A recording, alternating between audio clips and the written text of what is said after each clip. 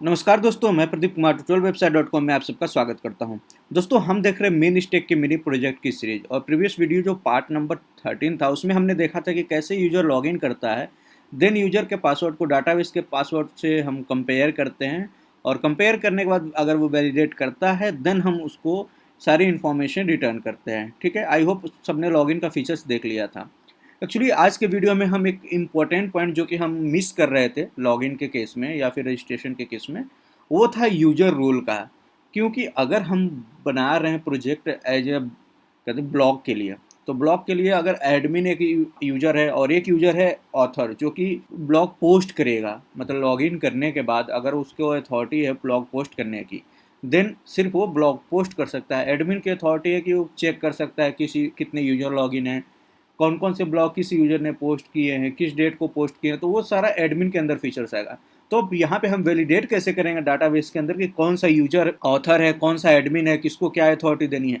तो उसके लिए हमें क्या होता है, जब हम यूजर रजिस्टर करते हैं तो वहाँ पे डाटाबेस में एक रोल का ऑप्शन हमारा होना जरूरी है, जिससे कि हम वैलिडेट कर सकें कि यूजर का रोल क्या है और उसको क्या क्या एक्सेस देने हैं। तो वो चीज़ हम मिस कर रहे थे। अगर आप डाटाबेस के अंदर जाएंगे और देखेंगे, यहाँ पे अगर मैं ले जाऊँ तो यहाँ पे देखिए रोल का कोई ऑप्शन नहीं था।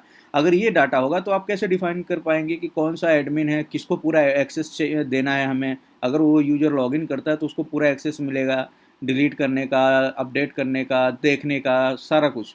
और कौन सा ऑथर है जिसके अंदर सिर्फ उसको ब्लॉग पोस्ट करने का ही ऑप्शन मिलेगा और सिर्फ वो अपना डाटा ही देख सकता है, किसी और का डाटा नहीं देख सकता है। उस केस में हम क्या करेंगे, अब थोड़ा सा चेंजेस करेंगे कोड में, रजिस्ट्रेशन के कोड में। और जो स्कीमा होता है, जो कि हमारा हमने मॉड्यूल्स क्रिएट किए थे डाटा बैकएंड के लिए, स्कीमा जिसके अंदर हमने नेम, ईमेल, पासवर्ड डिफाइन किया था, उसके अंदर कुछ एक नया एक प्रॉपर्टी डिफाइन करेंगे रोल का। ठीक है, तो चलिए स्टार्ट करते हैं। स्टार्ट करने से पहले बता दो, चैनल को सब्सक्राइब नहीं किया है तो काइंडली सब्सक्राइब कर लें। सब्सक्राइब करने के बाद बेल आइकन पर क्लिक करना ना भूलें। तो अगर अब हम एडिटर पे जाते हैं, जो कि हमारा पहले का कोड है, और इसकी जो बैकएंड है, ये ध्यान दीजिएगा, बैकएंड का जो एपीआई है, हमें फ्रंट एंड में कुछ चेंज नहीं करना है अभी फिलहाल। जो भी चेंज करना है बैकएंड के एपीआई में जाएंगे। एपीआई के अंदर हमारे पास दो है, एक तो रूट है, एक मॉड्यूल्स है। दो हमारा पार्ट था। मॉडल्स के अंदर क्या था, मॉडल्स के अंदर देखेंगे, मॉडल्स के अंदर तो मॉडल के अंदर हमने क्या किया था, अपना स्कीमा क्रिएट किया था और स्कीमा के अंदर password, date, email, name define किया था। अब यहाँ पे सबसे पहला काम क्या करना है आपको कि यहाँ पे डिफाइन करना है, इसको कॉपी कर लेते हैं सिंपल यहाँ से यहाँ तक। जस्ट इसके बाद हम यहाँ पे डिफाइन कर देते हैं और इसको नाम दे देते हैं रोल। बाकी चीज़ें सेम होगी, रोल का टाइप भी स्ट्रिंग होगा और रिक्वायर्ड भी होगा। जरूरी भी है कि वैल्यू पास होना चाहिए, अगर वैल्यू पास नहीं हो रहा तो डाटा सेव नहीं होगा। पहला पॉइंट सेव करते हैं। अब यहाँ पे सेव हो चुका है। ठीक है, अब बात करते हैं कि यहाँ पे अगर हमारा स्कीमा बन चुका है सब कुछ, तो अब हमें क्या करना होगा, चेंज करना होगा हमारे रूट के अंदर। रूट के लिए हम यहाँ पे राउट्स के अंदर जाएंगे और इसके अंदर users.js फाइल है, इसके अंदर जाएंगे और यहाँ पे आप देखेंगे ऊपर में हमारा रजिस्ट्रेशन पेज जो है, यहाँ पे इसके अंदर जब हम कोई यूजर रजिस्टर करता है देन उसका डाटा हमें यहाँ पे मिलता है और हम उसे मॉडल के अंदर पास करते हैं। जैसे नेम को हमने पास किया था डायनेमिक, ईमेल को पास किया था डायनेमिक और पासवर्ड को हैश, जो इसकी वैल्यू यहाँ जनरेट हुई थी, मतलब जो पासवर्ड इनक्रिप्ट हो रहा था। इसके बाद यहाँ पे अब बात करेंगे रोल का। जो यहाँ पे अगर यूजर्स जो हमने स्कीमा बनाया है, जो भी यहाँ पे नाम दिया है सेम नाम कॉपी करेंगे और इस नाम को यहाँ पे पेस्ट करेंगे और इसके अंदर हम यहाँ पे स्टैटिक पास कर देते हैं ऑथर। ठीक है, देखिए एडमिन तो हम खुद से बनाएंगे। ठीक है, एडमिन मल्टीपल यूजर एडमिन नहीं हो सकते। ठीक है, अगर आपके प्रोजेक्ट में आप सब एडमिन बनाना चाहते हैं तो वो भी एक फीचर्स ऐड कर सकते हैं। वो एडमिन के अंदर होगा, जब एडमिन पैनल बनाएंगे एडमिन के अंदर अथॉरिटी होगी कि वो सब एडमिन क्रिएट कर सकता है। तो उस केस में वहाँ पे हम क्या करेंगे, एक ड्रॉप डाउन बना सकते हैं वहाँ से हम, या फिर एडमिन के अंदर जब हम फीचर बनाएंगे कि सब एडमिन क्रिएट करने का, तो वहाँ पे हम वहाँ भी हम स्टैटिक यहाँ पे जैसे यहाँ पे ऑथर दिया वहाँ पे सब एडमिन पास कर सकते हैं।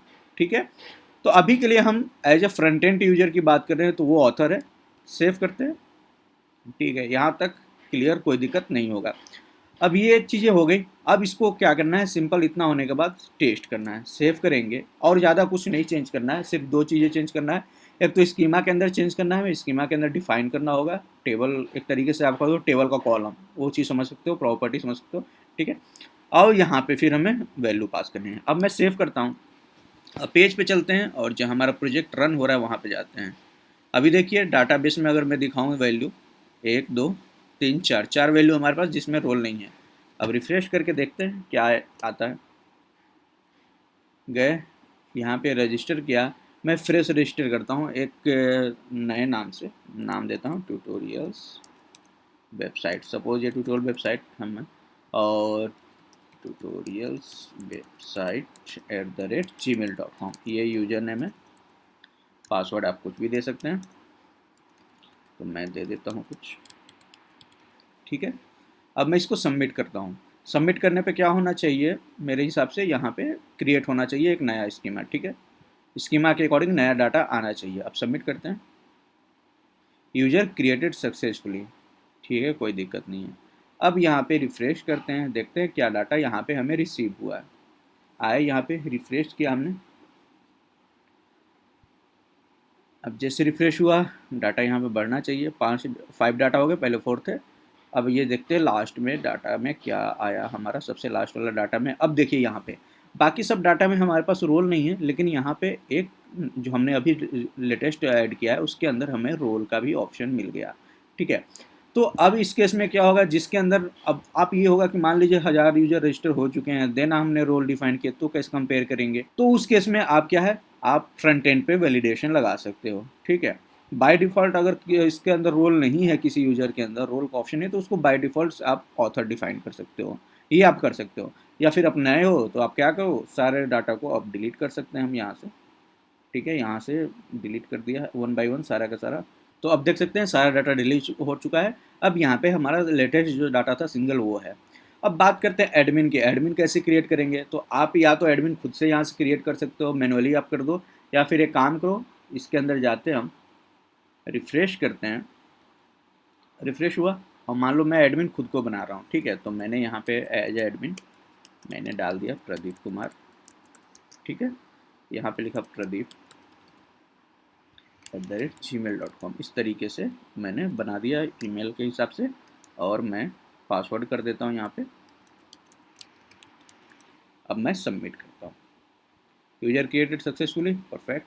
अब आते हैं फिर हम यहाँ पे और इसको रिफ्रेश कर लेते हैं।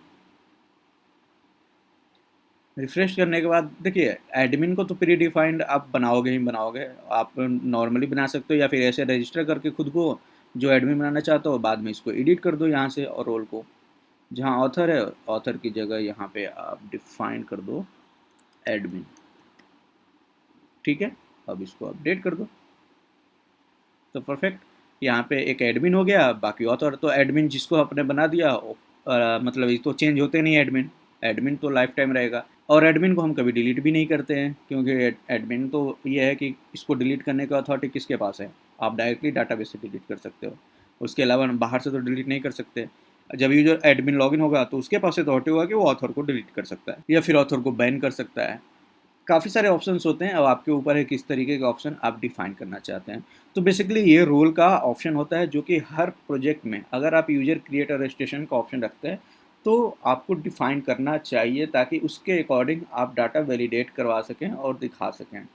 तो ये छोटा सा जो था, जो हम मिस कर रहे थे रजिस्ट्रेशन के अंदर, मैंने बाद में ध्यान दिया इस पर, तो याद आया कि जब तक हमारे पास रोल ही नहीं होगा, हम कैसे यहाँ पे अगर कोई यूजर आर्टिकल पोस्ट कर रहा है तो हम डिफाइन कर पाएंगे कि इसको क्या एक्सेस देना है, सिर्फ पोस्टिंग का एक्सेस देना है, या फिर इसके डाटा को जो यूजर रजिस्टर कर रहा है, अगर उसने कुछ आर्टिकल सपोज पोस्ट किया है तो वो अंडर रिव्यू में जाना चाहिए। वो किस बिहार पे, यूजर के रोल के बिहार पे भी हम कर सकते हैं, या फिर जो भी यूजर है।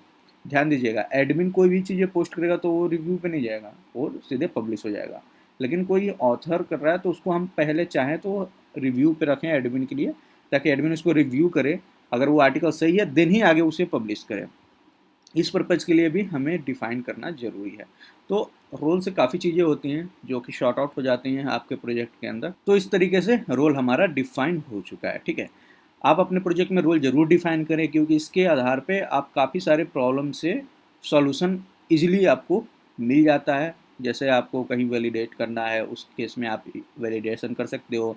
क्या एक्सेस देना है, उस केस में आप रोल के डिफ़ाइन बिहाफ पे आप एक्सेस दे सकते हो। और ये जो कोड जो मैंने अभी कोड किया, उससे ज़्यादा कोड मतलब कॉम्प्लेक्स तो है नहीं कि देने की ज़रूरत है, बट फिर भी मैंने क्या है, जो हमारा ब्लॉग आप जाएंगे, ब्लॉग के अंदर हमारा मिनी प्रोजेक्ट में प्रोजेक्ट सेक्शन में है, यहाँ पे आप जाएंगे नीचे तो आपको सारा का सारा कर जो अभी मैंने चेंजेस किए उसके बाद कोड भी आपको यहाँ पे मिल जाएगा। अगर मैं स्क्रॉल करूँ नीचे और मैं दिखाऊँ, क्योंकि काफ़ी लंबा ये हो चुका है पेज ऑलरेडी, क्योंकि इतने सारे कोड हैं, इतने सारा डाटा है। अभी देखिए स्क्रॉल कर होने कंप्लीट हुआ नहीं है, लोड नहीं हुआ है पेज। तो ये देखिए धीरे धीरे लोड होता है, तो लोड होने में थोड़ा सा टाइम लेगा।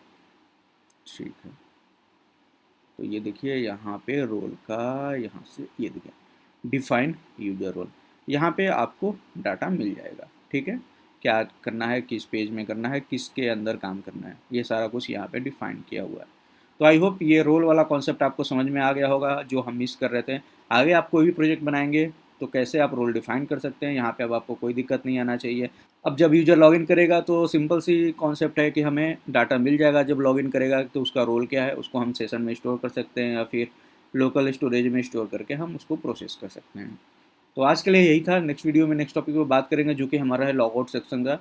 हमारे पास लॉगिन का हो चुका है, उसको पासवर्ड को इनक्रिप्ट का हो गया, रोल डिफाइन करने का हो गया। अब मेन बचता है लॉगआउट का, कि यूज़र लॉगिन कर गया, देन वो लॉग आउट करेगा तो कैसे वो डाटा जो हम सेशन में या फिर लोकल स्टोरेज में स्टोर करते हैं उसको हम रिमूव करेंगे और यूज़र के स्टेटस को चेंज करेंगे कि यूज़र लॉग आउट हो चुका है। तो आज के लिए यही रखते हैं। आप नेक्स्ट वीडियो के लिए आप सब्सक्राइब जरूर कीजिएगा, नोटिफिकेशन बार को ऑन कीजिएगा, ताकि आपको जो हम वीडियो बनाएंगे पब्लिश करेंगे तो आपको नोटिफिकेशन आए। तब तक के लिए बाय बाय, टेक केयर, अपना ख्याल रखिए।